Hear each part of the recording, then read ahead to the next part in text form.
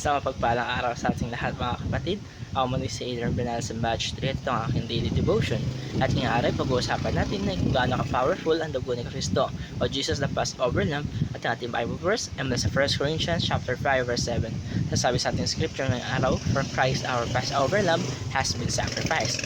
Sa maigli na verse na ito ay may dala itong napakamabigat na katotohanan at ngayong araw ay papahayag ko sa inyo ang simple, malinaw at relatable na explanation kung gaano siya ka-powerful ang dugo ni Kristo at kung bakit siya tinawag na Passover Lamb.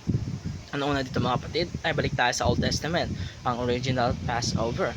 Mga kapatid, ang storya sa Exodus na nagpadala si God ng plagues sa Egypt kasi ayaw palayaan ng Pharaoh yung mga Israelites.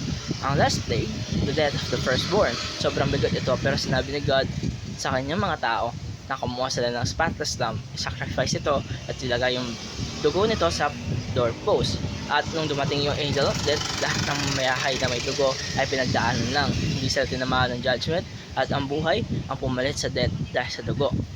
And ngayong araw, except sa mas greater at mas final, mas perfect sa Jesus na mismo ang ating lamb. Unang-una dito, Jesus is our Passover Lamb. Hindi lang siya parang lamb, siya yung ultimate Passover Lamb. Siya yung fulfillment ng buong sistema ng sakripisyo. Sa Old Testament, taon-taon sila nag-offer, paulit-ulit lamang, walang permanent solution. Parang band-aid lang sa sugat na hindi gumagaling. Pero nang dumating si Jesus, sabi niya ay, ako na to. One sacrifice, one lamb, and one savior.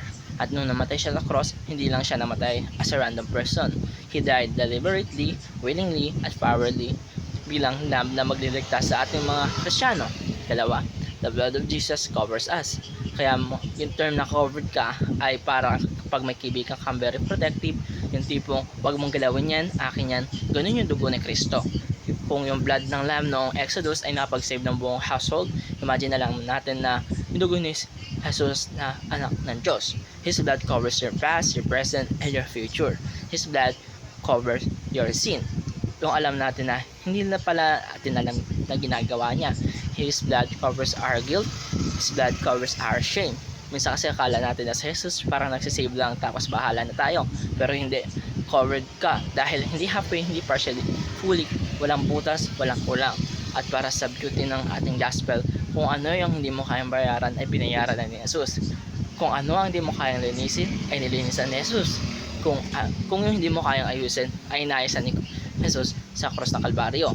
Kaya mga kapatid, dito nagtatapos ang aking daily devotion. Maraming salamat sa panonood.